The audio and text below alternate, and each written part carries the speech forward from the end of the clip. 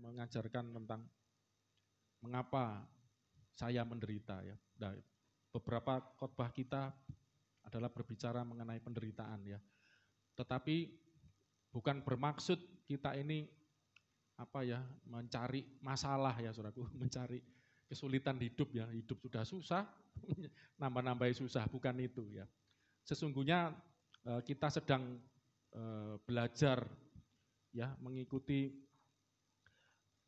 pola pertumbuhan ya, pertumbuhan iman di dalam kekristenan, di mana ketika kita pertama kali saudaraku ya menjadi anak Tuhan ya, atau istilahnya orang Kristen ya, itu sesungguhnya bukan karena KTP kita ada tulisannya Kristen atau ketika kita lahir di keluarga kita yang Kristen, bukan itu. Tetapi Alkitab mengatakan bahwa jika kamu tidak dilahirkan kembali, ya, kamu tidak akan melihat kerajaan Allah. Jadi orang Kristen itu, anak Tuhan itu, ya makanya disebut anak. Anak itu kan karena lahir.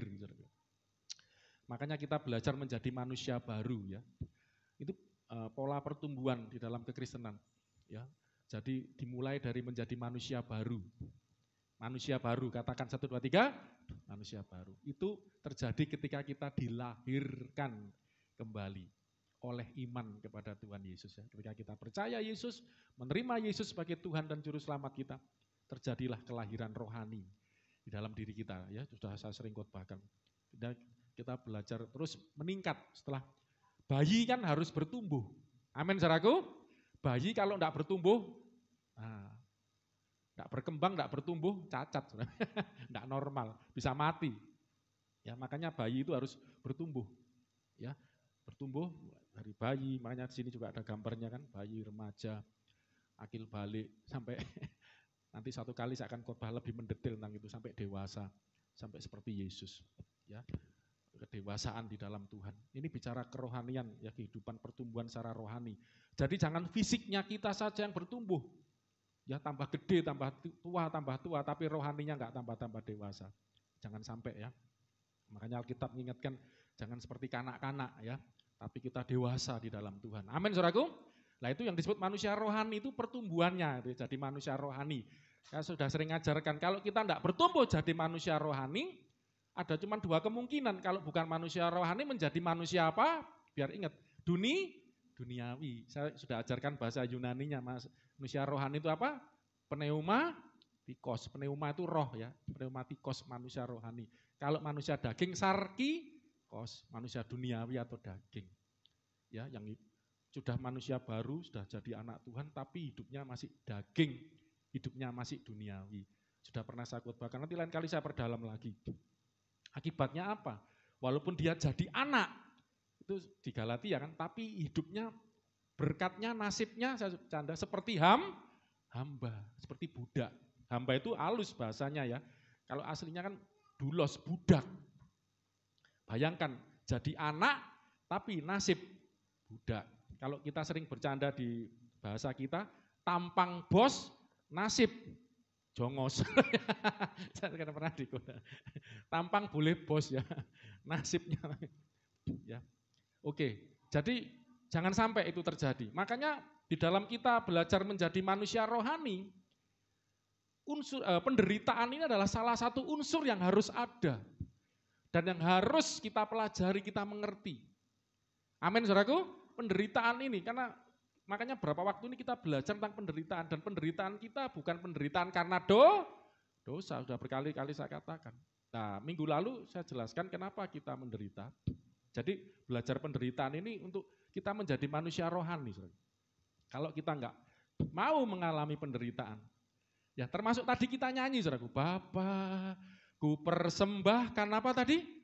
Tubuhku. Sarkikosnya ini loh, saudara, tubuhnya ini sarknya ini dipersembahkan, daging, sark itu daging tubuh dipersembahkan. Ya, jadi korban. Namanya dipersembahkan jadi korban itu menderitanya itu di situ, penderitaan. Korban itu kan sakit, saudaraku. Dikorbankan itu sakit. Yesus pun waktu disalib itu kan sebenarnya untuk menggenapi pengorbanan. Ya. Karena ibadah perjanjian lama, umat Israel, umat Tuhan awal itu adalah penuh dengan persembahan korban untuk penghapusan penebusan dosa. Sakit, korban itu, saudaraku. Namanya korban itu sakit. Dikorbankan itu sakit lah. Kita disuruh mengorbankan tubuh sebagai ibadah yang sejati. Makanya untuk kehidupan jadi manusia rohani itu enggak bisa kalau enggak belajar tentang penderitaan. Jadi jangan salah, saudaraku ya. Kita belajar penderitaan itu bukan cari masalah, bukan cari hidup sudah susah, nyari susah lagi, enggak. Kalau Anda tidak mengerti konsep ini, prinsip ini, Anda nggak akan gagal nanti jadi manusia rohani, tidak mudeng, nggak ngerti. Karena kalau kamu tidak tidak mematikan atau menderita secara sarknya ini, sarkikos jadi sarknya ini tidak menderita, nggak akan jadi manusia pneumatikos. Ya nanti lebih lanjut ya, kita akan belajar lah. Minggu lalu saya sudah ngajarkan mengapa saya menderita. Ada 3 ya, secara cepat ya. Sebenarnya saya minggu lalu yang ketiga ini saya taruh di depan sekarang biar lebih jelas. Jadi sebenarnya gini, kenapa sih kok manusia, saya mau tanya, manusia itu pasti menderita enggak? Lebih jelas sekarang. Setiap manusia hidup di dunia ini pasti menderita enggak, saudara? Mau menderita yang ringan-ringan sampai berat, pasti menderita. Kenapa? Alasan pertama, mengapa menderita? Yang pertama, karena manusia hidup di dunia. Minggu lalu cuman ayat Wahyu 3:10, kemudian berapa itu? Roma 5 ya, di mana Adam ya. Jadi Wahyu 3:10 itu dikatakan pencobaan itu akan melanda, datang atas setiap manusia yang diam untuk mencobai semua manusia yang diam di bumi. Namanya manusia diam di bumi pasti akan ada pencobaan. Dan itu kenapa terjadi? Saya bukakan Wahyu 5, enggak usah minggu lalu buka sendiri. Dikatakan karena dosa Adam, karena dosa satu orang, gitu ya, maka maut masuk ke dalam dunia. Dosa masuk ke dalam dunia, maut menjalar ke seluruh dunia. Dengan kata lain, waktu Adam itu di Kejadian, waktu Adam jatuh dosa, Tuhan berkata apa? Tanah ini terkutuk. Tanah ini, bumi ini terkutuk karena engkau. Karena Adam apa? Berbuat dosa. Manusia pertama yang diberikan wewenang, kekuasaan oleh Tuhan untuk menguasai ciptaan Tuhan. Termasuk bumi, udah jatuh bawah kuasa dosa, makanya dunia jadi rusak. Makanya orang yang hidup di dunia mengalami dunia yang sudah rusak. Tanah ini terkutuk karena kamu. Engkau akan berpeluh. Ya toh, sampai ada ayat ngomong langit menjadi tembaga, tanah menjadi seperti besi. Bayangkan saudaraku. Ketika orang butuh makanan, mengolah tanah, langit jadi tembaga, enggak ada hujan. Tanah jadi seperti besi, mau digarap berat. Apa yang bisa didapatkan? Itu digambarkan sampai seperti itu. Saudara. Akibat dosa itu dunia rusak. Dunia hancur, sehingga manusia harus bersusah payah hidup di dunia. Amin, saudaraku, itu yang terjadi akibat dosa. Jadi akibat dosa itu dunia ini rusak. Orang yang hidup di dunia yang rusak ini ikut rusak hidupnya. Makanya ada firman Tuhan, bumi cemar karena penduduknya. Ya, orang yang diam di bumi tambah lama tambah rusak, dunia sudah rusak, tambah parah. Makanya Yesus datang. Amin, saudaraku. Karena begitu besar kasih Allah akan dunia, Dia mengaruniakan anaknya, Yesus datang. Anaknya itu firman-Nya diutus untuk menyelamatkan manusia. Jadi manusia, korban buat kita. Sudah sering dengar ya tentang Paskah. Nah, saudara perlu ngerti ini. Jadi selama orang itu tinggal, diam di bumi ini, pasti dia akan mengalami penderitaan. Kenapa? Karena dunia memang tempatnya penderitaan. Ya, lagu lama. Ya Tuhan, ku percaya. Daud, dari Mazmurnya Daud ya. Lewati apa saudaraku? Lembah air mata, aku percaya. Dunia ini digambarkan lembah air mata. Lembah air mata, saudaraku. Ya, saudara, kalau lihat bayi lahir, nangis apa ketawa-ketawa? Bayi baru lahir, tadi kan anaknya itu ketawa-ketawa, ya, itu sudah gede ya.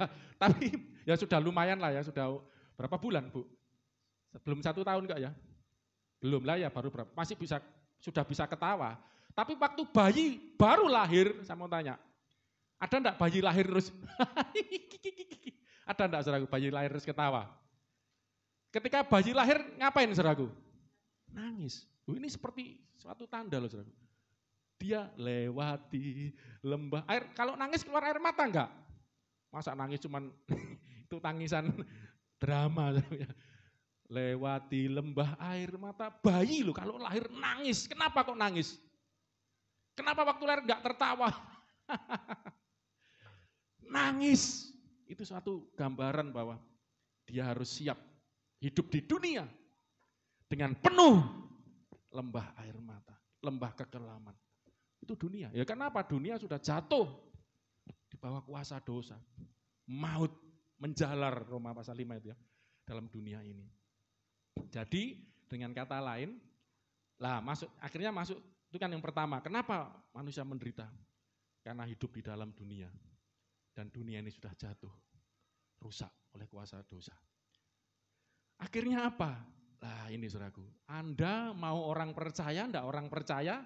Saya mau tanya, Anda hidup di dunia atau di planet? Di Merkurius, Venus, atau Mars? Kita hidup di mana? Di bumi. Jadi walaupun engkau, makanya ini jadi jawaban ketiga, saya enggak. Karena apa? Nanti penderitaan itu akibat dosa yang kedua ya. Juga akibat kita mengikut Yesus. Kadang-kadang saya enggak berbuat salah. Saya enggak ngapa-ngapain itu gitu ya. Tapi kok ada sesuatu yang something wrong terjadi dengan hidup saya. Makanya selama kita hidup di dunia, lembah air mata, kita ada di dalamnya, saudara. Suka enggak suka, mau enggak mau, Anda seneng enggak seneng, aku enggak mau. Tetap walaupun Anda enggak mau, akan ngalami juga penderitaan hidup di dunia. Haleluya, saudara. Makanya saya perlu membagikan ini supaya Anda mempersiapkan diri gitu loh. Tujuan saya sebagai hamba Tuhan bukan nakut-nakuti, jangan salah. Tapi kerinduan saya sebagai hamba Tuhan, Anda sebagai anak-anak Tuhan, Anda mempersiapkan diri Anda. Amin, saudaraku. Katakan mempersiapkan diri, 1, 2, 3. Mempersiapkan diri Anda. Jadi Anda namanya hidup di dunia, mau Anda anak Tuhan, bukan anak Tuhan, orang percaya atau bukan, pasti akan mengalami penderitaan dunia. Nah ini ya, penderitaan apa? Dunia. Yang kedua, penderitaan karena dosa. Cara singkat ya, minggu lalu. Dosa, upah dosa itu maut. Akibat dosa pasti ada penderitaan. Dan dosa itu dibagi 2, minggu lalu saya sampaikan secara singkat ya. Yang pertama, 1 Yohanes 3 itu pelanggaran akan hukum Allah. Jadi dosa itu melanggar hukumnya Allah. Ya. Nah ini saya perlu sampaikan inilah ya, tentang rokok, maaf saya harus sampaikan ya. Saya kemarin sempat dengar testimoni ya tentang corona nih, saudara. Ada seorang dokter terkenal, saya tidak sebut nama lah ya, masih muda, mesti tahu kok. Joshua sering nyetel itu orangnya nyentrik ya dan kontroversi ya. Dia kenceng kalau bicara corona ini ya. Dia bagus sih, kita lihat kritiknya sebenarnya bagus, kenceng banget ya. Tapi mungkin caranya ngomongnya kayak berapi-api kasar, mesti ngerti lah dokter siapa, masih muda kok saudara. Ya sudahlah. Lah, saya tertariknya gini, sempat waktu dengerin dia sempat ngomong, dia ini sempat ada masalah ketika dengan corona ini ya, dia ada suatu waktu dia tes sedang enggak tahu. Saya sepintas dengernya ya. Dia lagi tes paru-parunya soalnya. Makanya dia agak kecewa dengan sistem pelayanan lah ya, rumah sakit. Dia sempat kritik itu. Salah satunya waktu dia tes, saya kurang jelas ini, tapi intinya saya enggak ngomong bicara fasilitas rumah sakitnya, enggak. Dia bilang, dia kan dokter, saudara ya. Dia tes paru-paru dan paru-parunya rusak berat katanya. Karena saya ini perokok berat, saya kaget, dokter. Perokok berat ya, memang kan corona ini nyerang paru-paru kan, saudara ya. Jadi saya ngerti paru-paru saya ini udah enggak baik gitu, saudara ya. Lah satu herannya dia kan dokter, saudara ya. Tapi ya saya memang punya tetangga dokter ya, ngerokok, saya kaget ya, dokter padahal itu, ya, sebelah rumah itu ya. Dokter itu ya, rumahnya gede. Saya kaget lihat rokok. Dokter kan harusnya ngerti kan ya. Makanya ini enggak bicara dokter, enggak dokter. Ya ini kadang ya mungkin kayak ketagihan saudaraku ya, sudah kecanduan gitu. Tapi dia cerita paru-parunya jadi rusak. Dia menyadari kelemahannya di situ gitu loh. Makanya dia sangat concern dengan corona. Intinya gitu loh saudaraku ya. Karena memang kan nyerangnya di situ. Makanya salah satunya dia agak marah-marah dengan penanganan corona di Indonesia gara-gara itu saudaraku. Nah, saya kembali gini saudaraku sekarang. Oke lah, sekarang kita enggak bicara dokter, enggak dokter ya. Mau anak Tuhan dan bukan ya, namanya anak Tuhan, maaf ya kalau merokok ya. Ini aja dokter, karena orang pikir dokter enggak bisa sakit. Loh, namanya dokter ya tetap bisa sakit. Enggak peduli dokter atau bukan, namanya dokter juga manusia. Bukan cuman rocker juga manusia. Dokter juga manusia, ya toh. Pendeta juga manusia. Anak Tuhan juga manusia kan, saudara, bukan Yesus saja. Yesus anak Tuhan, firman jadi manusia. Anda pun anak Tuhan juga manusia, pasti. Ya, kalau mentang-mentang anak Tuhan, oh rokok saya enggak apa-apa, kan ada kuasa Tuhan menyertai saya misalnya. Atau saya makan yang kolesterol enggak apa-apa tuh. Makanya banyak pendeta ini ya luar biasa ya, mati bukan kelaparan saudara ya. Mati banyak loh, mati karena kebanyakan makan. Kolesterol asam urat keluar semua saudara ya. Mentang-mentang anak Tuhan terus enggak mempan dengan sakit penyakit, jangan salah. Ya, termasuk enggak mempan dengan corona, tunggu dulu gitu loh ya. Kalau Anda enggak mematuhi hukum alam ya, kenormalan dunia ini, maksudnya ya kan hukum yang ada saudaraku ya. Maaf Anda misalnya makan makanan basi, karena anak Tuhan ya. Ini sudah 1 tahun makanan menjamur, enggak apa-apa. Enggak seperti itu saudaraku ya. Makanya di dunia ini ada hukumnya. Termasuk maaf ya, saya katakan merokok tadi. Dokter aja kena, bisa sampai paru-parunya. Dia bilang rusak sudah.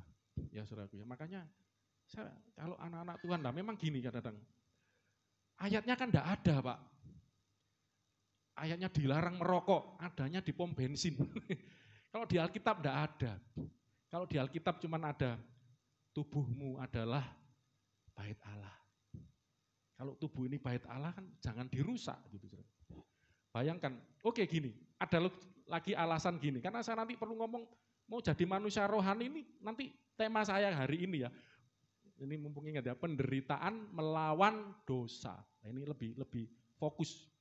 Jadi penderitaan ini belajar penderitaan apa sih? Penderitaan melawan dosa. Katakan sama-sama, 1, 2, 3, penderitaan melawan dosa. Loh, dosa itu apa? Macam-macam tadi, pelanggaran akan hukum Allah. Sekarang firman Tuhan ngomong misalnya, tubuhmu adalah bait Allah. Ini bait Allah, rumahnya Tuhan. Ya kan? Masa rumah Tuhan ini yang harusnya bait suci, harus kita kotori gitu loh. Ya toh? Dengan hal-hal yang tidak baik. Saya mau tanya, narkoba. Narkoba ini kan menjadi dosa jelas karena pemerintah ikut melarang. Kalau rokok kan pemerintah tidak melarang. Pemerintah cuma hanya memberi himbauan aja masalahnya kan. Tapi himbauannya kalau saudara baca, dulu kan peringatan pemerintah, merokok menimbulkan apa?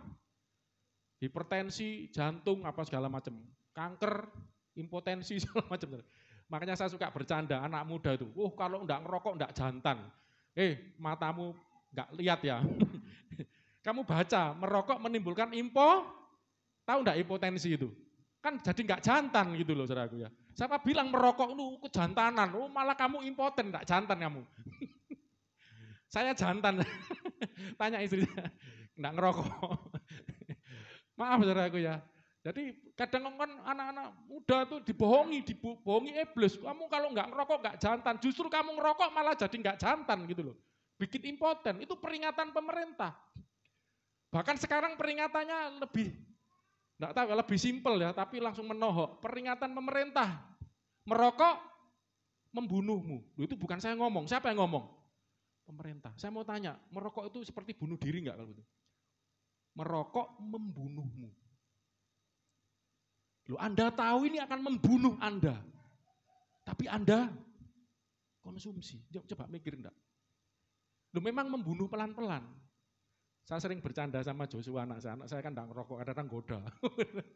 Tapi sering cerita temennya juga. Gini, ada pikiran, toh ngerokok, toh akhirnya mati. Ya toh juga mati. Oh, saudaraku, beda matinya. Mati dalam keadaan paru-paru yang bersih. Dengan mati karena, kalau corona kan paru-parunya kotor ya, tapi kan bukan kesalahan kita, itu virus masuk. Tapi kalau rokok kan kita sendiri yang memasukkan racun, nikotin. Saya enggak tahu, biar ini kan ke YouTube ya, nanti perusahaan rokok lihat, itu saya mendukung pemerintah, peringatan pemerintah. Memang dilema pemerintah ini di stop buruh-buruh pabriknya ya gimana saudara. Itu kalau menuruti gitu ya enggak ada habisnya ya, tapi ini itu kesehatan kita. Tubuhmu adalah bait Allah. Itu kata firman Tuhan. Amin, saudaraku. Tubuhmu adalah bait Allah. Tubuh ini Tuhan kasih, paru-paru kita lahir bersih. Masa waktu kita mati, memang sama-sama matinya, tapi paru-paru kita udah kotor, ada racun. Dan Alkitab juga berkata, Yesaya itu dikatakan, janganlah membelanjakan uang untuk sesuatu yang bukan makanan, bukan roti ya. Saya mau tanya, rokok itu makanan atau bukan? Termasuk roti atau bukan? Bukan. Saudara kalau enggak makan bisa mati. Tapi enggak ngerokok mati atau enggak? Tapi kenapa orang enggak makan enggak apa-apa, yang penting bisa ngerokok. Ditipu iblis. Tanpa sadar itu. Lihat, enggak, saya mau tunjukkan seperti ini. Kenapa saudaraku? Ya, banyak hal tanpa sadar kita nih. Lah makanya melanggar hukum Allah. Saya sempat kapan ketemu jemaat lama banget, tanya, ini kemana ya Pak ini? Wah sudah enggak ada. Kenapa? Mati. Dia ini bukan anak Tuhan ya, terus barusan jadi anak Tuhan. Saya kan lagi menginjili. Dia kaget loh. Dia lihat contoh anak Tuhan kok umurnya pendek, mati kenapa?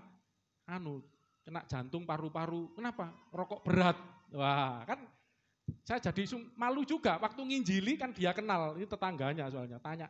Dulu kan ikut Pak Agung, iya sudah mati, kenapa? Jantung sama paru-parunya rusak gitu loh. Kaget loh, dia baru percaya Yesus. Kadang-kadang saya sedihnya itu nanti dia lihat, oh anak Tuhan kok seperti itu. Oh ternyata jadi orang Kristen, saya jelaskan.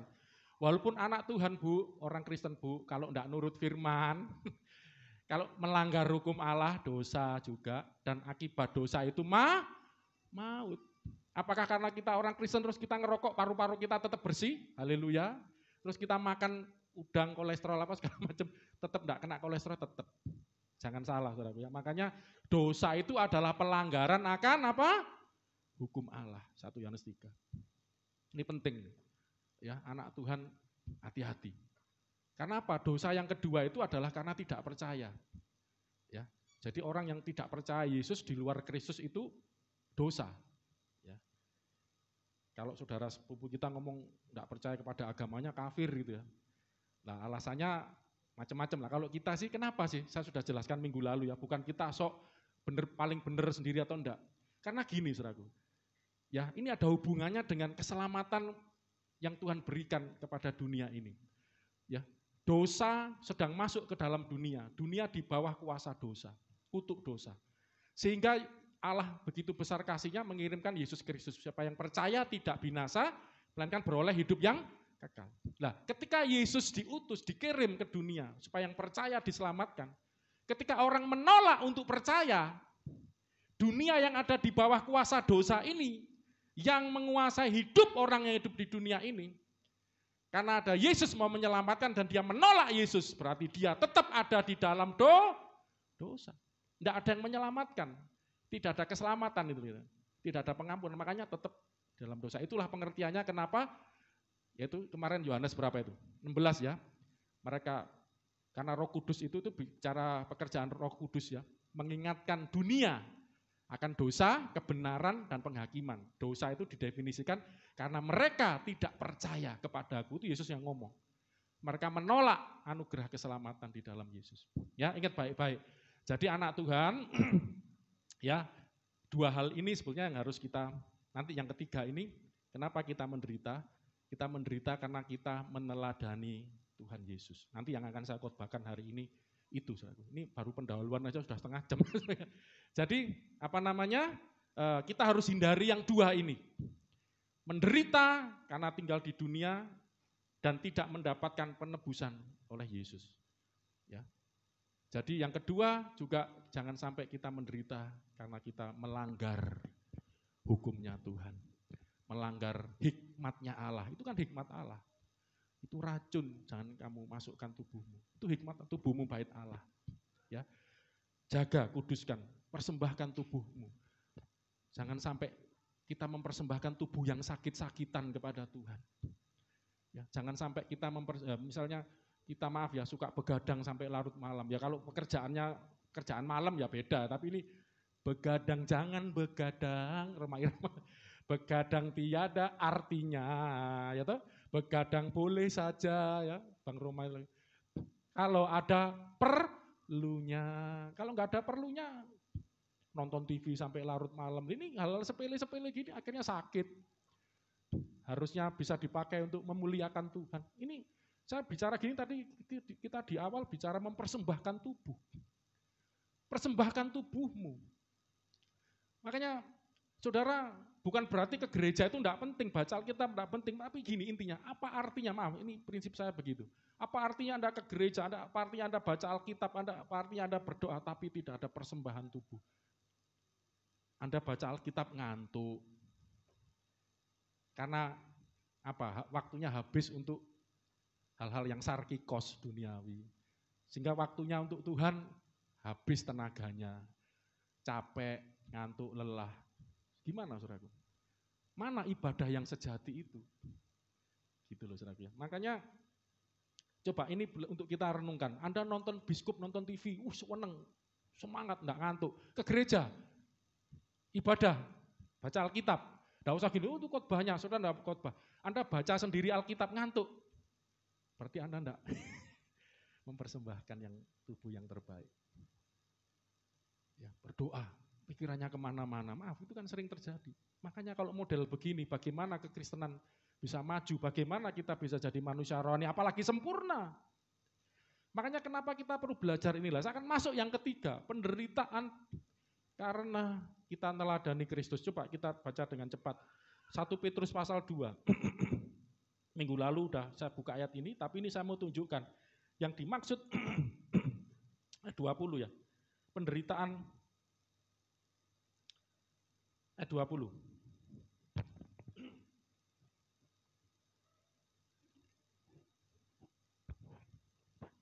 Sebab 1 Petrus 2, sudah ketemu.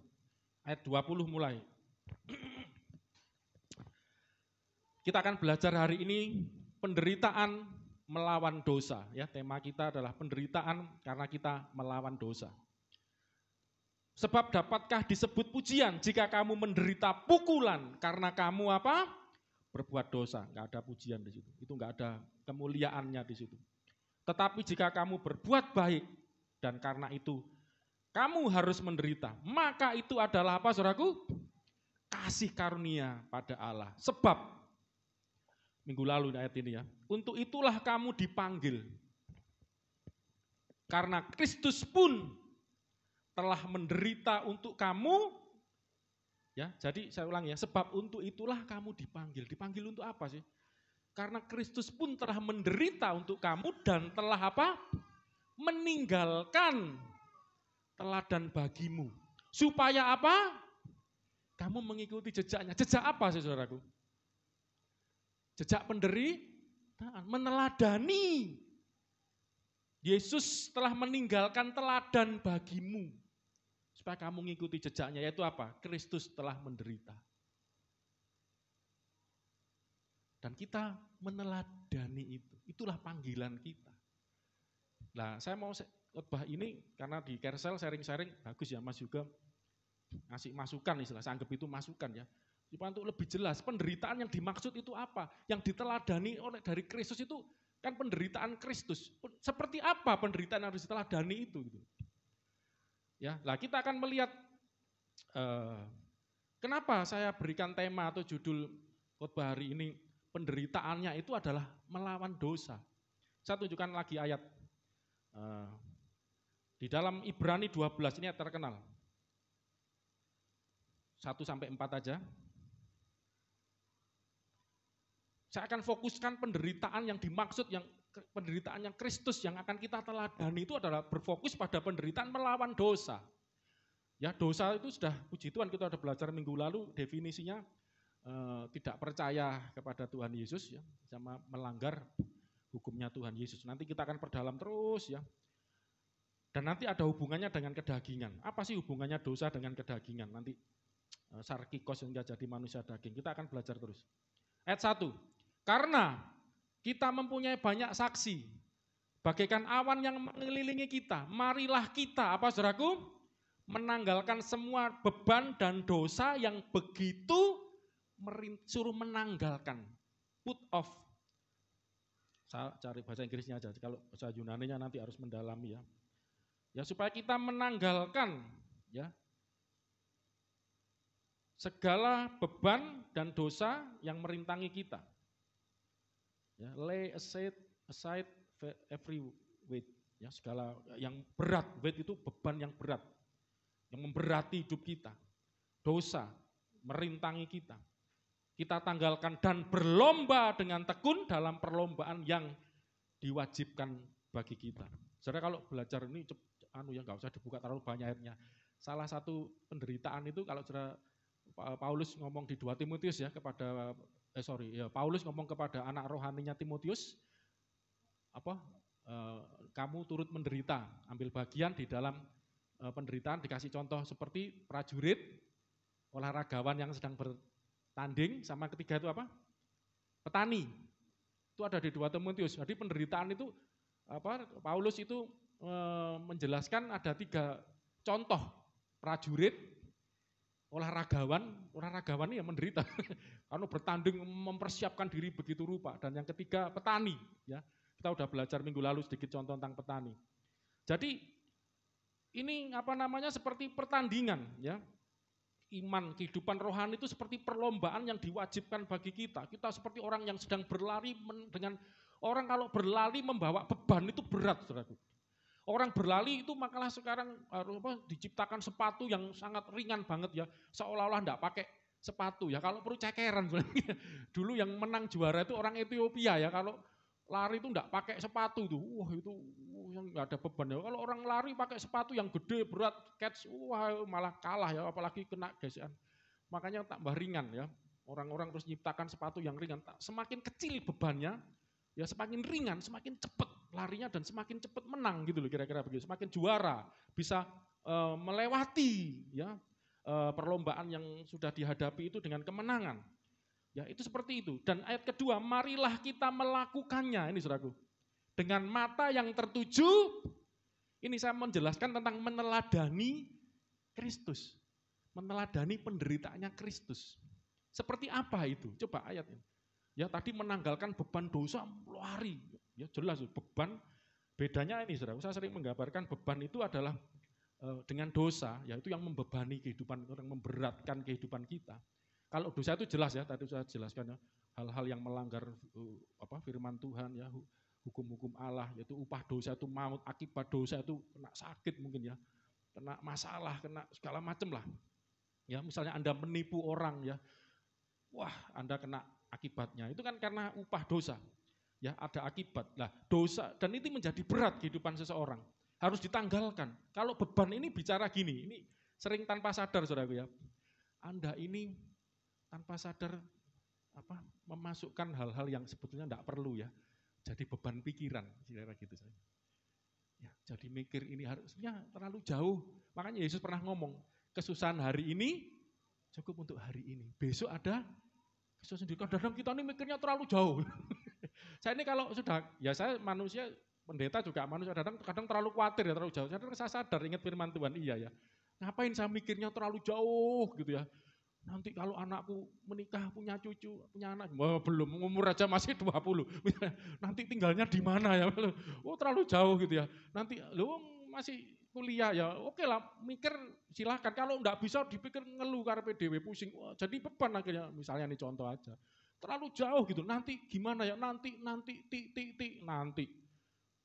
kesusahan hari ini cukup hari ini, besok ada kesusahan sendiri. Memang kita bisa mikir jangka panjang, tapi jangan terus ngawur gitu ya, 12, jadi beban akhirnya, jadi beban. Maaf, kayak orang yang gampang tersinggung, ini jadi beban.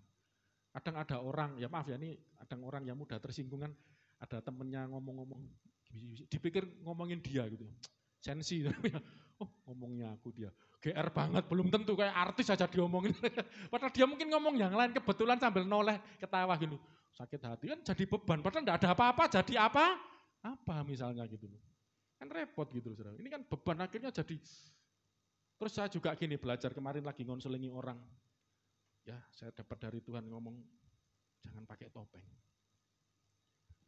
Maaf, kita ini sering pakai topeng, tahu topeng saudaraku? Ketika Anda pakai topeng, wajah asli Anda ketutup dengan topeng Anda. Mungkin yang sedang Anda pasang wajah yang sedang tersenyum. Saya punya masker, wah enggak tak bawa ya.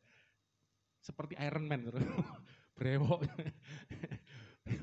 Saya sudah putih, itu hitam brewok. Saya pernah pakai, ini pas lagi hitam ya, disemir nyonya, jangan putih kelihatan tua. Satu kali saya pakai tuh di pasar, terus saya lepas, orangnya ketawa. Kenapa kok sama? Maskernya ada brewok kan gitu ya, sama punya saya sama, pas brewoknya lagi tumbuh sama hitam ya, disemir sama nyonya. Ketawa yang lihat. Kenapa? Sama. Dilepas sama dipakai. Oh iya. Lah ada orang yang mungkin enggak punya kumis, enggak punya brewok. Pakai masker yang wah. Atau kan ada masker yang tersenyum gitu ya. Ada melet gitu. Ada yang tersenyum tapi dia mungkin mulutnya lagi cemberut. Ya kan enggak aslinya. Jadi kadang kita pakai topeng, wajah yang tersenyum, mulut yang tersenyum, tapi di dalamnya sebenarnya wajahnya lagi cemberut. Lagi kayak pepaya gitu ya. Kayak tomat busuk gitu ya. Tapi ditutupi dengan wajah yang ceria. Berapa banyak kita seperti itu, saudaraku? Ya, lagu itu loh bagus ya. Dalam tawa mereka tersimpan duka, itu bagus ya. Jadi kelihatannya tertawa-tawa, tapi di dalamnya tuh nangis, hati menjerit gitu. Berapa banyak orang pakai topeng? Di luar kelihatannya keluarga yang bahagia. Saya keluarga yang harmonis, ternyata di dalam keluarga seperti neraka. Berapa banyak orang pakai topeng seperti capek gitu. Capek. Saya belajar apa adanya kalau saya. Apa yang Anda lihat pada saya, itulah saya. Itu belajar seperti itu. Itu jujur, itu sebenarnya jujur tuh gitu. Berapa banyak kita enggak jujur dengan diri kita sendiri, kita enggak jujur dengan orang lain. Kita sering tutup-tutupi diri kita. Di luar kita nampak baik kayak malaikat, tapi di dalam enggak seperti yang ada di luar. Capek, saudara. Karena kita pakai topeng tuh, kita berusaha tampil baik di hadapan orang. Kita berusaha tampil oke, tampil bersinar di hadapan orang. Tapi dalamnya sebetulnya keropos. Ayo belajar. Tanggalkan topengmu. Ya. Pertama, saya belajar itu seperti ini. Ketika kita menanggalkan topeng itu, jujur, transparan, itu dimulai dari Tuhan. Kita dengan Tuhan. Saya belajar, saya ini tidak bisa nipu Tuhan. Saya ngomong, Tuhan saya bahagia, punya engkau, bla bla bla bla. Tuhan itu lo tahu, ngomong kosong, kamu sebenarnya mengeluh, Tuhan tahu. Makanya saya sama Tuhan itu kalau doa apa adanya. Kan lagi sedih yang ngomong, Tuhan saya lagi sedih Tuhan. Kenapa ini? Mengapakah harus terjadi? Apa adanya. Saudara, apakah saudara bisa membohongi Tuhan? Tidak bisa. Daripada kita percuma membohongi Tuhan, kita apa adanya, jujur aja sama Tuhan. Amin, saudaraku. Jujur itu dimulai jujur dengan Tuhan dan diri sendiri. Nanti akan saudara bisa jujur dengan orang lain. Itu tips saja untuk kita menanggalkan beban. Marilah kita melakukannya dengan mata yang tertuju kepada Yesus, yang memimpin kita dalam iman dan yang membawa iman kita itu kepada kesempurnaan. Yang, ini Yesus ya bicara, dengan mengabaikan kehinaan. Ini penderitaannya Kristus, perjuangannya Kristus di dunia sebagai manusia. Tekun memikul salib, ganti sukacita yang disediakan bagi dia, yang sekarang duduk di sebelah kanan takhta Allah. Cepat, ayat 3. Ingatlah selalu akan dia, suruh ingat, yang tekun menanggung bantahan yang sehebat itu terhadap dirinya dari pihak orang berdosa, supaya jangan kamu, kita yang meneladani Yesus, supaya kamu yang meneladani Yesus, yang mengingat Yesus, yang memandang Kristus, hidup mengikut Kristus. Ingat, Kristen artinya apa? Pengikut Kristus, meneladani Yesus, supaya kamu jangan jadi lemah dan putus asa. Ketika kita lihat Tuhan Yesus, oh ya, waktu di dunia tekun, menderita, tekun melewati lembah air mata, aku percaya. Firman-Mu ya dan amin. Kemenangan sudah kau jamin. Karena Yesus percaya sebagai manusia, dia percaya Bapaknya yang mengutus ini akan memberikan kemenangan. Makanya waktu saya bukakan di Filipi 2, karena itulah Allah sangat meninggikan dia. Ya. Yesus dibangkitkan, naik ke surga, dimuliakan oleh kuasa Bapa. Ya sebagai manusia Yesus menyerahkan, ya Bapa, ku serahkan nyawaku. Itu kan saudaraku. Ke dalam tangan-Mu ku serahkan. Ini sebagai contoh Sebagai manusia itu menyerahkan. Mulai dari Taman Getsemani, jadilah kehendakmu, bukan kehendak. Di kayu salib aku serahkan nyawaku, hidupku.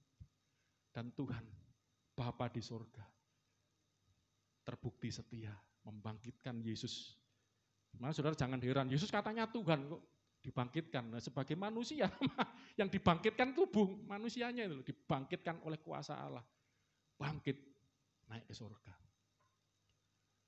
Yesus itu memberi teladan kita loh, iman yang begitu luar biasa sebagai manusia. Supaya kamu jangan lemah dan putus asa. 4, nah ini saudaraku. Baca sama-sama, 1, 2, 3. Dalam pergumulan, struggling kita. Melawan apa saudaraku? Dosa. Ya. Strive apa? Berjuang. Ya, melawan dosa. Jadi inilah kenapa saya berikan tema kita penderitaan melawan dosa. Penderitaan menghadapi dosa. Penderitaan kita ini, saudaraku, bukan penderitaan karena berbuat dosa. Hati-hati ya. Penderitaan kita sebagai anak-anak Tuhan bukan penderitaan karena berbuat dosa. Terus kena akibat jadi sakit, jadi bangkrut, misalnya, jadi kena masalah, bukan karena berbuat dosa. Tapi penderitaan kita karena berjuang, bergumul melawan dosa. Di sini dikatakan dalam pergumulan kamu melawan dosa, kamu belum sampai mencucurkan darah. Kalau Yesus, darah dicucurkan untuk melawan dosa, untuk menghapus dosa kita. Kalau kita kan melawan dosa, paling saya bercanda keluar keringat. Keluar korban perasaan, aduh korban menyangkal diri. Oke, saya akan tunjukkan ayat lagi supaya nyambung gitu ya. Coba, kenapa saya mengarahkan, ya, mengartikan bahwa penderitaan itu adalah melawan dosa, ya? Karena yang pertama tadi penderitaan itu kan meneladani Yesus. Penderitaan yang ditinggalkan oleh Yesus sebagai teladan bagi kamu untuk kita mengikutinya. Dari sini kan kita lihat bagaimana teladan Yesus itu tekun menanggung kehinaan waktu di dunia untuk waktu di kayu salib itu ya. Dan kita sampai mencucurkan darah. Kita ini melawan dosa belum sampai mencucurkan darah. Ya. Jadi kalau boleh disederhanakan, kenapa pergumulan itu penderitaan itu adalah pergumulan melawan dosa? Karena adalah teladan Kristus yang menderita karena melawan dosa, menebus dosa. Ya.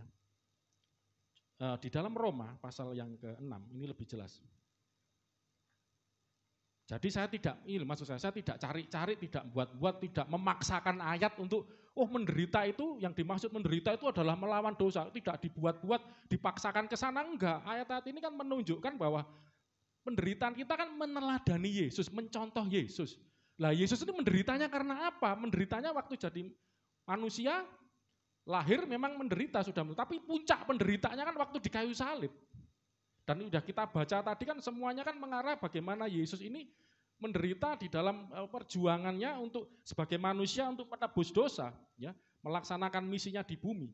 Kita akan lihat Roma pasal 6, ini lebih jelas ini. Roma pasal 6.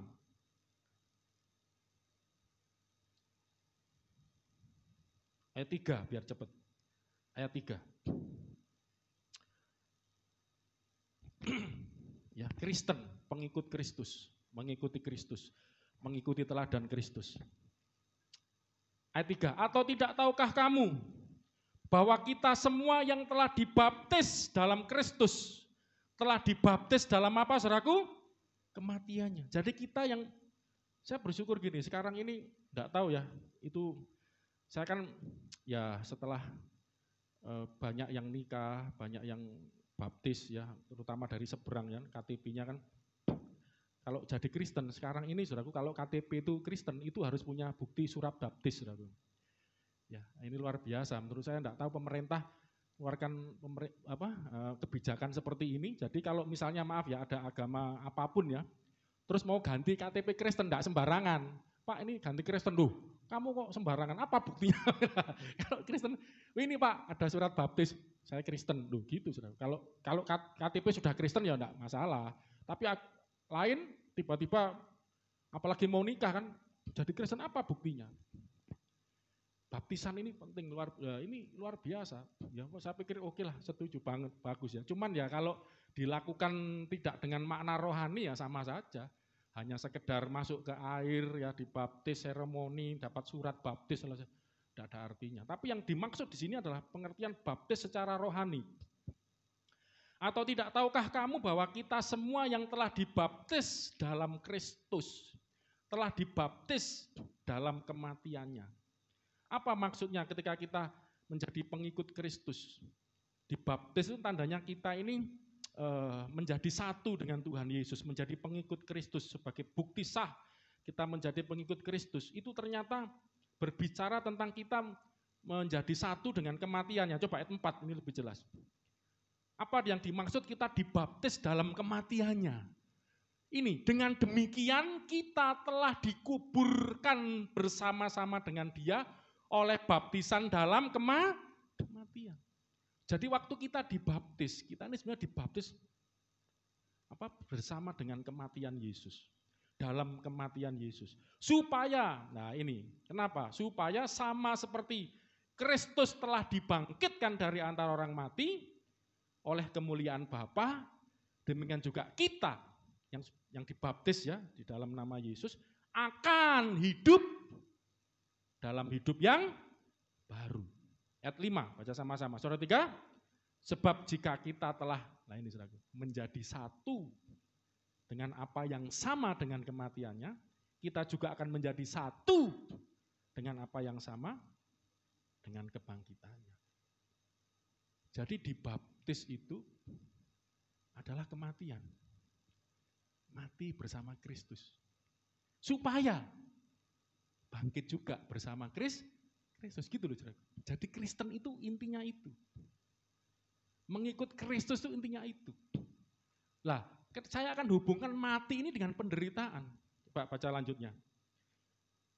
Ayat ini akan menjelaskan yang dimaksud mati. Jadi Yesus itu kan mati di kayu salib. Kita ini juga harus mati gitu loh, seperti Yesus. Tapi bedanya matinya kita dengan Yesus beda. Nah nanti coba. Ya, walaupun kita mencontoh, tetapi tentu kematian Yesus ya karena menebus dosa seluruh dunia, tentu ya kita meneladaninya untuk bagian kita masing-masing. Coba ayat 6 baca. Karena kita tahu bahwa manusia lama kita telah turut disalibkan. Manusia lama kita telah turut disalibkan supaya tubuh dosa kita hilang kuasanya, agar jangan kita menghambakan diri lagi kepada dosa. Saya mau tanya, kapan manusia lama kita turut disalibkan? Kapan Anda pernah disalib? Jawab saya, kapan Anda pernah disalib? Yang disalib 2000 tahun yang lalu Tuhan Yesus. Tapi kenapa disatakan karena kita tahu bahwa manusia lama kita telah, sudah loh, turut disalibkan. Apa salah ayat ini? Kapan memangnya saudara dan saya pernah disalib? Ayat ini bermakna rohani. Ketika Anda dibaptis dalam kematian Yesus, saat itulah Anda telah turut ikut serta disalib bersama kematian Tuhan Yesus. Nangkep enggak maksudnya? Jadi kalau saya tanya, kapan Anda disalib?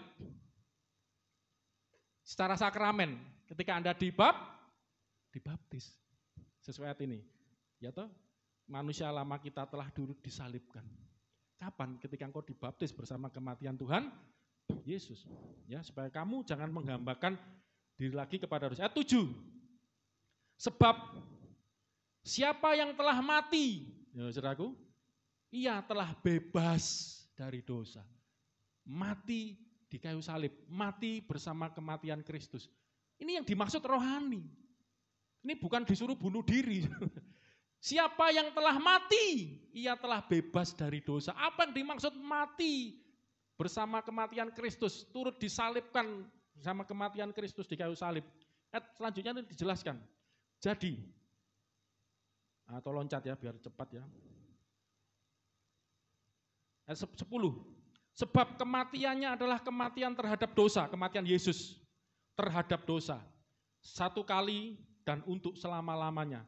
Dan kehidupannya adalah kehidupan bagi Allah. Ini Yesus. Demikian hendaknya kamu. Ini yang teladan Yesus buat kita. Memandangnya. Bagaimana? Baca sama-sama. 1, 2, 3. Bahwa kamu, saudara dan saya telah apa? Mati bagi dosa. Ini yang disebut mati. Barang siapa mati, dia telah berhenti berbuat dosa. Mati bagi dosa. Kalau Yesus mati menebus dosa. Kalau saudara dan saya mati bagi dosa. Sehingga kata lain, putus hubungan dengan nyamuk. Putus hubungan dengan dosa. Itu anak-anak Tuhan seperti itu. Itu penderitaannya di situ. Gampang enggak mutus hubungan dengan nyamuk? Nyamuk. Mutus hubungan dengan nyamuk gampang, pakai autan itu kan. Iklannya itu kan. Nyebut merek nih ya. Dapat dari autan, Sovel, autan. Banyak merek disebut. Nyamuk putus hubungan. Kira-kira begitu. Gampang kalau mutus dengan nyamuk. Dengan dosa. Tunggu dulu. Ayat ini nanti luar biasa. Ini perjuangannya di situ. Sebab itu, baca sama-sama. Belum selesai tadi ya. Bahwa kamu telah mati bagi dosa, tetapi kamu hidup bagi Allah. Dalam Kristus Yesus. Mati, hidup. Mati bagi dosa. Hidup bagi Allah. Itu perjuangannya di situ. Penderitaannya di situ. Ya. Baptis itu artinya. Makanya saya ini berapa kali, Pak, saya minta baptis lagi. Lah kenapa? Saya rasanya kok belum mantep, Pak. Ini bukan masalah dicelup air lagi atau diapain, masukkan laut kalau perlu apa, kawah apa. Enggak jamin. Tapi setiap hari ini loh, mati bagi dosa, hidup bagi Allah. Mati bagi dosa, hidup bagi Allah. Mati. Ayo coba ngomong sama-sama. 1, 2, 3. Mati bagi dosa, hidup bagi Allah. Mati bagi dosa, hidup bagi. Sendirian. 1, 2, 3. Hidup bagi Allah. Luar biasa. Apa maksudnya itu? Ayat 12. Roma ini dahsyat banget, ini, dalam banget teologianya ini. Sebab itu hendaklah dosa. Jangan. Ini disebut mati bagi dosa. Loh ini, jadi saudara kalau baca Alkitab itu kadang-kadang udah 1 ayat 2 ayat capek ya. Loh padahal penjelasannya di bawahnya, enggak ngerti aku. Sudah keburu berhenti. Penjelasannya mati bagi dosa ini loh. Baca ayat selanjutnya. Sebab itu hendaklah dosa jangan berkuasa lagi di dalam tubuhmu yang fana. Itu yang disebut mati bagi dosa. Jangan ada lagi dosa. Sudah mati dosa itu. Jangan lagi ada. Jangan lagi berkuasa. Jangankan ada. Berkuasa. Ada aja jangan. Apalagi ini jangan berkuasa lagi dalam tubuhmu yang fana. Tubuh ini loh namanya persembahkan tubuh. Tubuh ini mau dikuasai dosa. Jangan lagi berkuasa. Ini mati itu gitu, supaya kamu tubuhmu turut disalibkan, kan mati. Ini artinya apa? Ini makna rohani semua. Anda harus berjuang, menderitamu ini berjuang supaya dosa jangan lagi berkuasa dalam tubuhmu yang fana. Supaya kamu, baca sama-sama, jangan lagi menuruti keinginannya. Keinginan dosa itu akan berusaha menggoda kita untuk kita menurut, mengikuti. Lah, penderitaan kita berjuang melawan apa namanya? Keinginan dosa ini loh yang kita tidak turuti, menderitanya di situ. Kemarin waktu kita ke Pacet itu ya, kan nyewa villa sama saya kan enggak tidur di kemah ya, enggak enak. Enggak bisa nyonya kan ya nyewa villa murah-murah deket situ saudaraku ya apa enggak? Yang cari yang deket. Wah, maaf ya ternyata villanya tempat ya sewa kita lagi di kamar waduh pokoknya tempat waduh ini wis siapa apa daripada nggak ada tempat ya. Ternyata Mas juga tahu saudaraku. Cerita saya sering ditawari kan memang lagi nyari tempat villa gitu ya, sudah bukan rahasia umum lah, nawarin tempat, nawarin juga cerita itu bukan nawarin tempat aja Pak, nawarin wanita juga. Oh kamu kok tahu kamu? Saya pernah ditawar ya, tawari aja tuh. Loh kok Benny jangan tanya-tanya, ingin tahu tempatnya. Itu villa, ternyata bukan cuma tempat, nawarin temennya villa juga. Wah, loh Mas juga ini masih muda, punya uang ya segala macam. Wah kalau ya toh keinginan nuruti, makanya dosa itu penderitaannya itu di sini loh, berjuang melawan keinginan supaya kamu jangan lagi dosa berkuasa. Jangan lagi kamu menuruti keinginannya. Makanya tadi di awal saya, maaf rokok ini terlalu umum. Menuruti keinginannya. Jangan lagi berkuasa. Saya mau tanya, loh kenapa maaf rokok ini, saya mau tanya, ini jujur kacang hijau. Rokok itu bikin candu enggak? Kecanduan enggak? Ketagihan enggak? Jujur aja. Kalau makan ini bukan ketagihan, makan itu kebutuhan. Ya. Kalau enggak makan mati Anda, kalau enggak ngerokok mati enggak? Enggak, tapi kenapa orang aku enggak bisa hidup tanpa rokok? Tanpa sadar dikuasai. Saya sering ngajar ini, dulu kan sering ngajar, tanpa sadar saudara, ketika Anda berbuat dosa, Anda dikuasai, Anda jadi, makanya kenapa disebut hamba dosa. Hamba dikuasai oleh dosa. Jadi ketika Anda melakukan dosa, sebetulnya Anda diperhamba oleh dosa itu. Saya pernah khotbah itu kan. Makanya kenapa penderitaan kita ini loh, bisa enggak kamu nahan? Enggak usah bicara penderita karena Kristus dianiaya, dipersekusi, masukkan penjara, dipukulin, kamu tinggalkan Yesus. Wes terlalu jauh lah. Bisa enggak kamu rokok ini jangan berkuasa lagi? Bisa enggak, maaf onani, masturbasi ini jangan lagi berkuasa. Saya ngomong ini dosa kan umum lah ini. Jangan lagi wanita misalnya tadi tawaran-tawaran untuk berbuat dosa. Saya dulu hidup free sex, jujur saya dulu tidak bisa hidup tanpa wanita. No woman, bukan no cry ya, no woman I will cry zaman dulu. Setiap hari itu mesti harus ada wanita. Waduh ada anak saya ya, saya kadang-kadang mau kesaksian gitu, ingat anak saya malu saya. Nggak bisa. Dulu itu terikat, kecanduan, maaf. Saya hidup dalam free sex dulu. Loh kalau bisa sekarang sembuh, saya enggak sombong, bukan karena saya hebat. Karena Tuhan Yesus memberikan anugerah, anugerah untuk meneladani penderitaan. Enggak usah jauh-jauh menderita yang macam-macam lah. Godaan-godaan dari syaitan yang terkutuk. Godaan macam-macam, kan kalau orang menyimpulkan 3 tuh harta, tahta, wanita. Bisa enggak Anda menolak itu? Say no. Bukan say no to drugs saja, jangan bicara cuma no pada drugs. Say no to pornografi, say no to macam-macam. Apa yang membuat Anda kecanduan? Makanya saya perlu ngomong ini, bagaimana mau jadi manusia rohani? Masih jauh bro. Untuk menahan yang di depan mata aja enggak bisa, menahan keinginan aja enggak. Itu termasuk gampang. Saya juga belajar nih menahan emosi. Gampang tersinggung, apalagi di jalan. Wah kadang-kadang istri saya, iya ya. Kadang orang nyelonong gitu, aduh pengen tak kejar, tak peding, tak banting.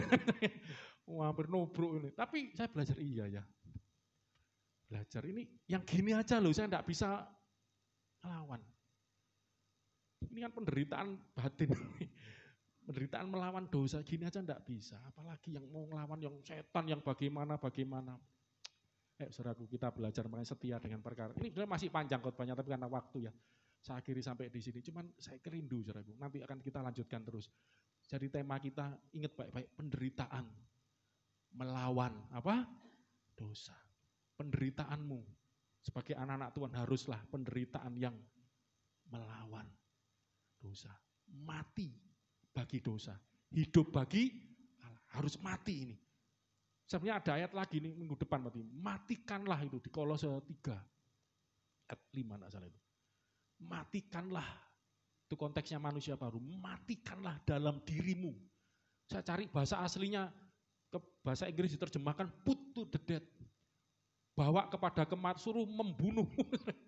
Bawa kepada kematian ini dosa-dosa dalam tubuh ini. Suruh melawan, suruh matiin. Matikan dalam dirimu. Segala sesuatu yang duniawi, enggak cukup waktunya. Ya. Memang khotbah kayak dosa ini enggak tertarik, khotbah berkat itu menarik. Tapi saya mau katakan Anda bagaimana kita diberkati saya percaya. Tapi kemuliaan melalui salib. Kemuliaan tanpa salib saya enggak percaya. Itu bukan kemuliaan Kristus. Kemuliaan Kristus haruslah kemuliaan yang diterima, dialami melalui salib Kristus, penderitaan Kristus. Makanya, nanti lain kali ini perlu dikasih imbangan ini, Mazmur 73, nanti baca sendiri, Mazmurnya Asaf itu. di mana dia melihat keadaan ada orang berdosa, fasik, tidak takut Tuhan, hidup semena-mena, ngumbar dosa, tapi sehat, gemuk, kaya, makmur hidup mereka. Asap sendiri pun bertanya-tanya, mengapa ya Tuhan? Sedang aku menjaga kelakuanku bersih, setiap hari kena tulah, setiap hari menderita. Singkat cerita Tuhan ngomong, tak bukakan kehidupan mereka, sampai asap ketika masuk dalam tempat kudus Tuhan dibuka akhir hidup mereka. Mereka ini seperti orang yang berjalan di tempat yang licin. Satu kali akan terpeleset dan hancur hidupnya. Makanya kemuliaan tanpa salib Kristus, tidak ada ceritanya. Tapi di sini kita akan diajar. Makanya kenapa saya pernah satu khotbah tema penderitaan membawa kepada kemuliaan. Ya, penderitaan bersama Kristus, penderitaan karena meneladani Kristus. Kita akan menerima kemuliaan bersama dengan Kristus. Amin, saudaraku. Dan penderitaannya ini loh, saudaraku. Secara simpel ya. Nanti minggu depan sesi kedua saya akan perdalam. Apa yang dimaksud penderitaan melawan dosa ini lebih detail lagi. Karena saya lihat kayaknya penting ini. Kita mau mendetil apa yang harus kita lakukan ini. Untuk melawan dosa, untuk menderita meneladani Kristus ini seperti apa? Oh, melawan dosa itu seperti apa? Ya, puji Tuhan, mari kita akan akhiri ibadah kita dengan berdoa. Minggu depan saya akan lanjutkan karena ada waktu. Silakan pemain musik ya. Jadi kita berdoa sebelum kita akhiri ibadah kita akan pujikan pujian. Nah, ini aku, semua hidupku kuserahkan padamu Tuhan. Ketika kita menderita di dalam Kristus, meneladani penderitaan Kristus, yaitu dengan seperti Kristus menderita karena dosa, untuk menebus dosa, kita pun menderita untuk mati, mematikan dosa-dosa di dalam hidup kita. Minggu depan akan lebih diperjelas lagi. Ketika kita meneladani Kristus, ada salah satu prinsip hidup yang perlu kita belajar, yang kita teladani dari Kristus, yaitu Kristus menyerahkan, biar kehendakmu yang jadi ya Bapa.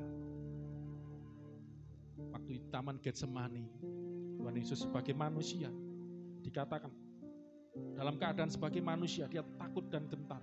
Bayangkan harus menghadapi dosa seluruh dunia yang harus dibereskan, yang harus ditanggung, dipikulnya. Bukan dosa 1-2 orang, 1-2 bangsa, tapi seluruh dunia. Sebagai manusia Yesus sempat gentar. Dan dia sempat berdoa, sekiranya mungkin cawan ini berlalu, biarlah berlalu ya Pak. Tapi sekiranya cawan ini harus aku minum, biarlah aku minum. Biar kehendakmu yang jadi. Yesus menyerahkan kehendak Bapa yang jadi. Bahkan di kayu salib, ya Bapa, ke dalam tanganmu kuserahkan hidupku. Dan dosa diselesaikan oleh Bapa di surga. Oleh pengorbanan Yesus Kristus, pencurahan darah, penyerahan nyawanya. Mati untuk menebus dosa. Demikian juga saudara dan saya, ketika Anda mau mati, maunya dulu saudara. Makanya saudara sering dengar istilah, Tuhan tidak cari orang yang mampu, tapi orang yang mau. Karena kemampuan itu dari Tuhan. Tuhan akan berikan kemampuan, penting Anda mau. Anda mau. Ya Bapa, aku serahkan. Seperti pujian di awal tadi, persembahkan tubuhku, aku serahkan. Itulah ibadah yang sejati, itulah korban yang sejati. Itulah kekristenan yang sejati ketika kita mau mempersembahkan hidup kita. Mempersembahkan. Bukan lagi kehendakku, keinginanku. Kita anak-anak Tuhan tidak lagi hidup menuruti daging kita. Menuruti keinginan kita, itu manusia daging, kikos. No. Kita mau dijadikan Tuhan manusia rohani, pneumatikos, manusia roh. Hidup menurut roh. Ikuti keinginan roh, bukan daging lagi. Minggu depan akan lebih jelas. Tapi kita akan belajar hari ini bagaimana kita mempersembahkan. Langkah awalnya, persembahkan. Persembahkan tubuhmu, persembahkan hidupmu. Haleluya. Ini aku, semua milikku. Ku serahkan padamu Tuhan, penyesalan dan kebanggaan, suka dan duka, semua ku serahkan. Yang telah lalu, haleluya, yang telah lalu, yang akan datang, yang akan datang, hasrat dan harapan, hasrat dan harapan yang terbayang, masa depan dan rencanaku, masa depan dan rencanaku, semua ku serahkan, semua ku serahkan dalam tanganmu. Sama-sama persembahkan. Ku persembahkan hidupku kepadamu Tuhan, untuk kemuliaan ku berikan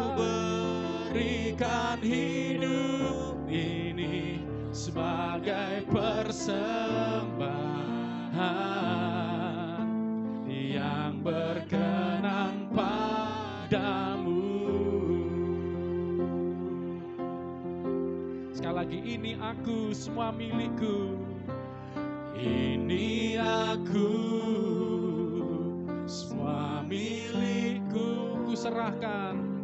Ku serahkan padamu Tuhan. Penyesalan, bahkan kebanggaan kami dan suka dan duka yang kami rasakan, suka dan duka, semua ku serahkan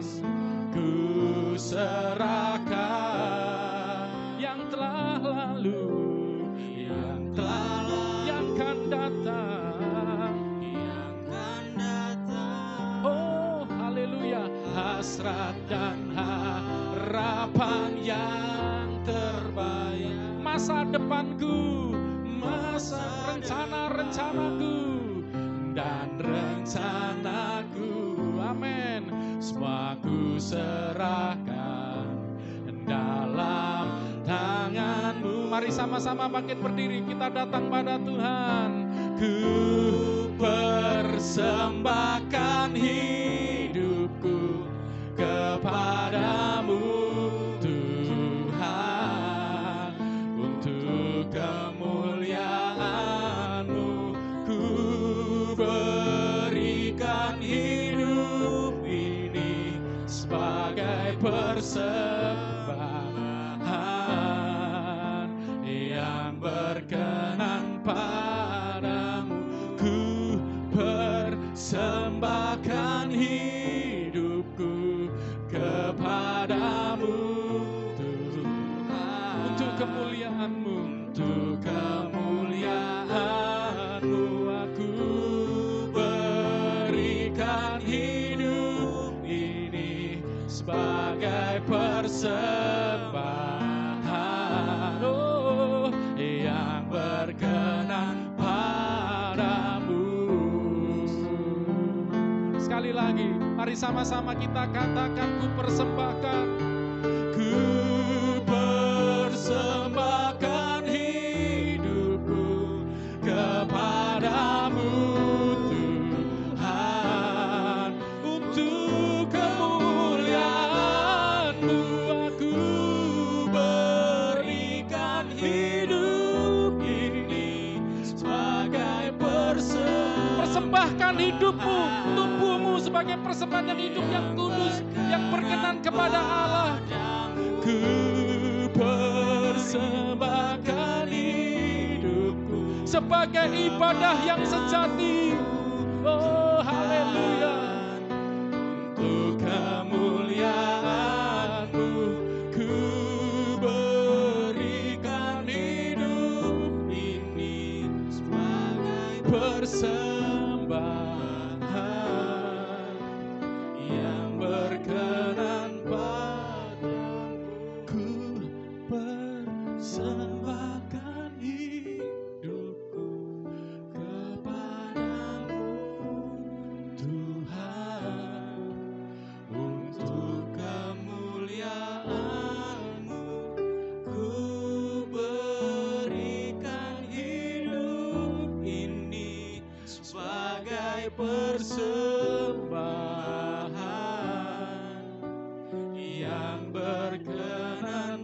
sekali lagi. Ku persembahkan hidupku kepadamu Tuhan. Saya melihat beberapa orang meletakkan tangan di dada. Saya mengajak mari yang lain. Yang mau angkat tangan silakan tangan. Yang mau taruh tangan di dada. Persembahkan hidupnya. Persembahkan dirinya. Ku persembahkan hidupku kepadamu Tuhan, untuk kemuliaan. Terimalah persembahan, penyerahan hidup kami, supaya kami dapat mempersembahkan yang berkenan kepada yang berkenan padamu.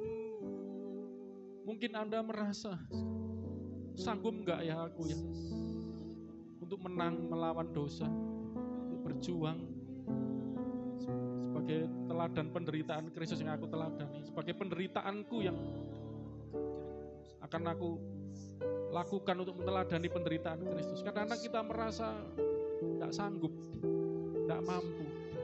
Saya dulu juga orang yang sangat-sangat berdosa. Saya terikat rokok, terikat free sex, saya terikat kekerasan, saya ikut geng, saya terikat banyak hal yang tidak baik dalam hidup ini. Saya dulu, maaf saya anak Surabaya, saya tidak bisa kalau tidak ngomong tanpa kata-kata kotor, kebiasaan. Mungkin bagi anak-anak arek Surabaya biasa. Tapi ketika jadi anak Tuhan tidak nyaman lagi mengucapkan hal itu. Kata-kata bahasa Jawa pisuan, kata-kata kotor. Saya harus cukup waktu yang lama untuk berhenti maki-maki. Puji Tuhan, dimampukan Tuhan. Sekali lagi Tuhan tidak cari orang yang mampu, saudara. Tuhan cari orang yang mau. Saudara tidak perlu merasa tertuduh ketika Anda merasa aku tidak sanggup melepaskan diri dari ikatan-ikatan yang selama ini membelengguku. Aku tidak sanggup mati, belum sanggup mati terhadap dosa yang satu ini, terhadap kedagingan yang satu ini. Tuhan tidak cari, Tuhan tidak masalah Anda mampu atau tidak. Tapi yang menjadi masalah Anda mau atau tidak. Ya Tuhan, ini aku Tuhan. Aku mau Tuhan. Tuhan tidak cari orang yang mampu. Karena kemampuan itu miliknya Tuhan. Tapi kemauan itu milik Anda. Tuhan tidak pernah maksa. Tuhan tidak pernah maksa. Makanya Tuhan berkata, mari datang padaku. Ada undangan, mari datang padaku yang letih lesu berbeban berat. Yang kau merasa gak sanggup hidup di dunia yang keras ini. Yang membuat beban berat dosa yang begitu merintangi hidupmu. Mari datang kepadaku, Yesus berkata. Aku akan berikan kelegaan kepadamu. Yesus yang berikan kekuatan. Yesus yang memberikan rest, istirahat, kelegaan kepadamu. Sehingga kau bisa bebas dari dosa. Bisa menantang hari ini buat saudara yang mendengarkan siapapun. Mari yang mau, yang rindu, yang mau. Mari taruh tangan di dada. Ini langkah profetik kita. Saya mau. Dimulai dari hati kita. Saya mau, saya rindu. Dan biar Tuhan yang akan memampukan kita. Ku persembahkan hidupku kepada. Ingat, dosa itu merusak. Dosa akan menghancurkan masa depanmu. Dosa akan menghancurkan kehidupanmu, bahkan keluargamu. Oh, dunia ini hancur rusak karena dosa. Cukup satu orang Adam berdosa, seluruh dunia jatuh bawah kuasa maut. Yesus datang untuk memulihkan. Yesus datang memberikan pengharapan supaya kita tidak lagi hidup di dalam dosa, tapi kita menerima kemuliaan Allah.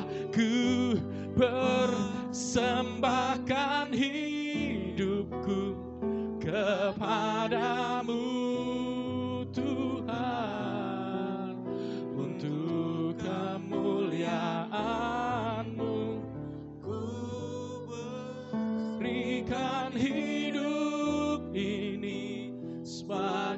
persembahan yang berkenan padamu. Saya akan berdoa bagi saudara-saudara yang ada di gereja ini, Anda yang sedang mendengarkan di rumah ataupun rekaman ini, ketika Anda sedang mendengar firman Tuhan ini, Anda sedang mendengar doa ini dari hambanya, saya akan berdoa di dalam nama Yesus Kristus sebagai hamba Tuhan. Saya berdoa buat Anda yang mendengarkan hari ini, Tuhan Yesus menjamah, Tuhan Yesus menjamah hatimu, Tuhan Yesus menjamah hidupmu, Tuhan Yesus merubah hidupmu di dalam nama Yesus Kristus yang datang untuk menyelamatkan, yang datang untuk mencari orang yang berdosa. Oh, Yesus datang untuk menyelamatkan yang hilang, untuk menemukan yang hilang dan dibawa kembali. Yang sakitnya akan disembuhkan. Yesus datang untuk memulihkan. Aku datang bukan untuk mencari orang benar, aku datang untuk mencari orang berdosa. Saat ini, kalau Anda adalah orang berdosa, Yesus datang untuk Anda. Justru Yesus datang memeluk Anda. Yesus datang mau menyembuhkan Anda. Yesus datang mau membangkitkan Anda. Oh, dalam nama Yesus, dengarkan Injil ini, kabar baik ini. Anak manusia datang bukan untuk menghakimi, tapi Yesus datang untuk menyelamatkan Anda dari dosa. Karena akibat dosa akan maut. Yesus datang untuk menyelamatkan Anda, memulihkan Anda. Dalam nama Tuhan Yesus, yang percaya, terima. Terima pemulihan dari Tuhan. Terima kesembuhan dari Tuhan Yesus. Terima pengampunan. Betapa besar kasih pengampunan Tuhan yang kau rasakan itu. Dapat engkau rasakan roh-roh intimidasi, tuduhan-tuduhan, feeling guilty, rasa bersalah, rasa tertuduh, diambil, dibuang jauh-jauh dari hidupmu. Kau dapat merasakan penerimaan acceptable, diterima Allah, diterima oleh Tuhan. Kasih yang besar itu kau terima dalam hidup, anugerah yang besar itu. Terima kasih Tuhan. Terimalah rahmat anugerah yang besar berlimpah-limpah dari Bapamu di sorga yang mengasihimu dan mencurahkan kasihnya melalui Yesus Kristus, anaknya, firman-Nya yang datang menjadi manusia, menyatakan kasih Tuhan, kemuliaan Tuhan, keselamatan dari Bapa di sorga. Dan kau yang menerima firman-Nya itu, menerima Yesus itu dalam hidupmu, kau menerima anugerah yang besar itu dan akan menyertai hidupmu melalui Roh-Nya yang kudus yang dicurahkan dalam hidupmu dari sekarang bahkan sampai selama-lamanya. Yang percaya Tuhan Yesus baik, Tuhan Yesus mengasihimu, Tuhan Yesus memberkatimu. Katakan sama-sama, amin. Selamat hari Minggu. Tuhan Yesus memberkati kita semua. Amin.